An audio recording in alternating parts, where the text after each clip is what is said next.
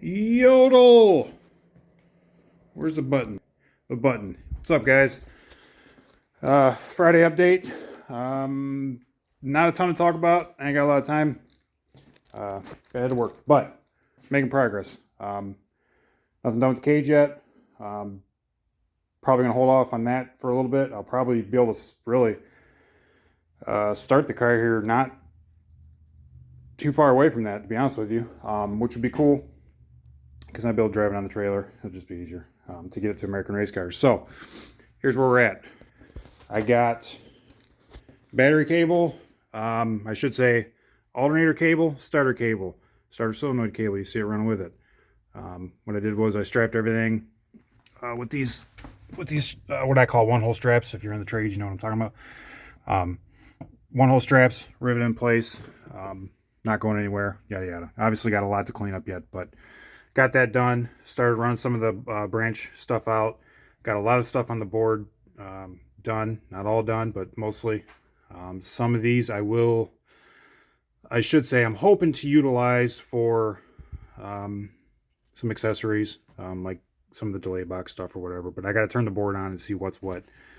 See what gets 12 volts when the board's on and all that jazz. Make sure none of it's connected to none of the timer stuff or whatever for your shifters, for the people that use that kind of thing. So battery cables are in place. Here's power. Here's a starter cable.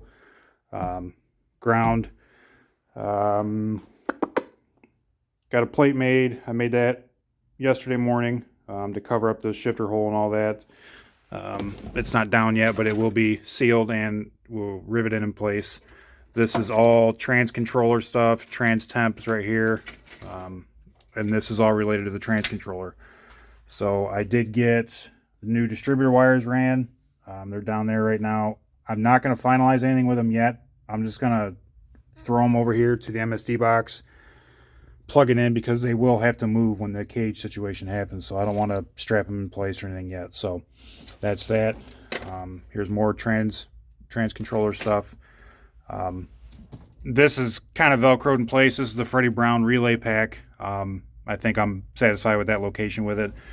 The center console will be right here. It'll cover it. If I ever need to get to it, though, the center console now will be easy to cut out because I have cut the center console here. There's no more plastic back. So I'm pretty cool, I think, with all the trans controller stuff being right where it needs to be. My bump box and all that kind of stuff. Coil wires are now here. Ran them up and through. I'll show you quickly what I did with those. Found an existing hole in the firewall. Ow! Threw a grommet in it and shot it through there into the fender well.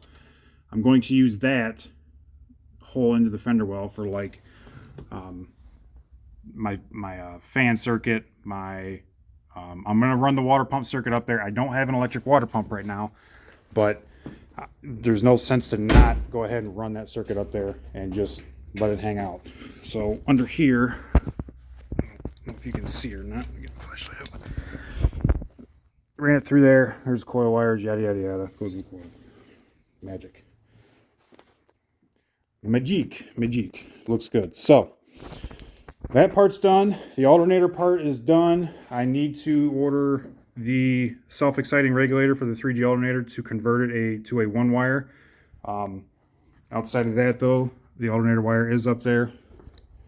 And what I did, I got everything cleaned up back here for the most part. So everything's ran nice and tight along there. Goes under the Scott Rod stuff. It's all strapped in place. Goes out there. This is I have a fuel level sensor in my cell. It just attaches to my Holley gauge and it just turns a light on and off when my fuel's low. It doesn't tell me actual level. It's more of a idiot light, if you will. But what I did with the alternator was, being it's a 3G, it's a big boy. It had this fuse on it. What I did was I ran the battery cables up around, or the alternator cable up and around. I mounted the fuse right to the battery box. Nice, easy location. Bam. Done. I got to crimp this in place yet. I'm still waiting on more lugs for these guys here. Amazon dicked me on that. It's supposed to be here yesterday. Didn't Didn't happen. Now they're saying today, so we'll see. Still a shit ton to do, but I mean, you can see I'm at least I'm getting somewhere. The shifter, I did find out yesterday that it shipped yesterday. Thank God. It should be here next week sometime. So that can all happen at the same time too. So I'm going to go ahead and put the shifter on. That's why I got the shift cable, went ahead and unhooked it. And I made that plate yesterday here in the garage. Like I said, I'm going to seal that down, rivet it in place. That's done. So I'm getting this. This isn't hard. I don't want to say it's hard. I don't want to try to like scare anybody from doing this. It's not hard. It's just freaking time consuming. And if you're going to be tedious about it, it's just going to take longer. Okay. I half-ass care this time when I'm doing the wiring. All the crap I tore out from 15 years ago, whatever. When I did that shit, I just wanted a light to turn on. I wanted a fuel pump to turn on. I wanted a fan. You know what I mean? It was by the way of the crow. The wire went from here to here. As long as it worked, I was satisfied. So now that I got this car in this state, to me it makes sense to take the time. Let's dress it up and make it so where if something's wrong, I know where it's at. I know how it's ran. I know where it goes. You know what I mean? There's no more questions. You know, not I can't remember. So that's where I'm at.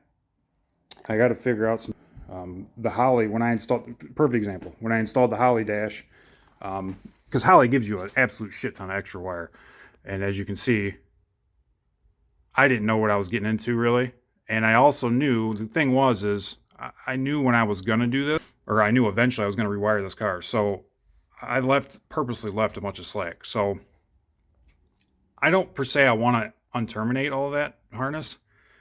It wasn't hard to do, but at the same time, like, it's done. The beautiful thing now is once the cage is in and the dash is back in and all, because now that I have all this crap out of the way from the dash, there's nothing back there anymore.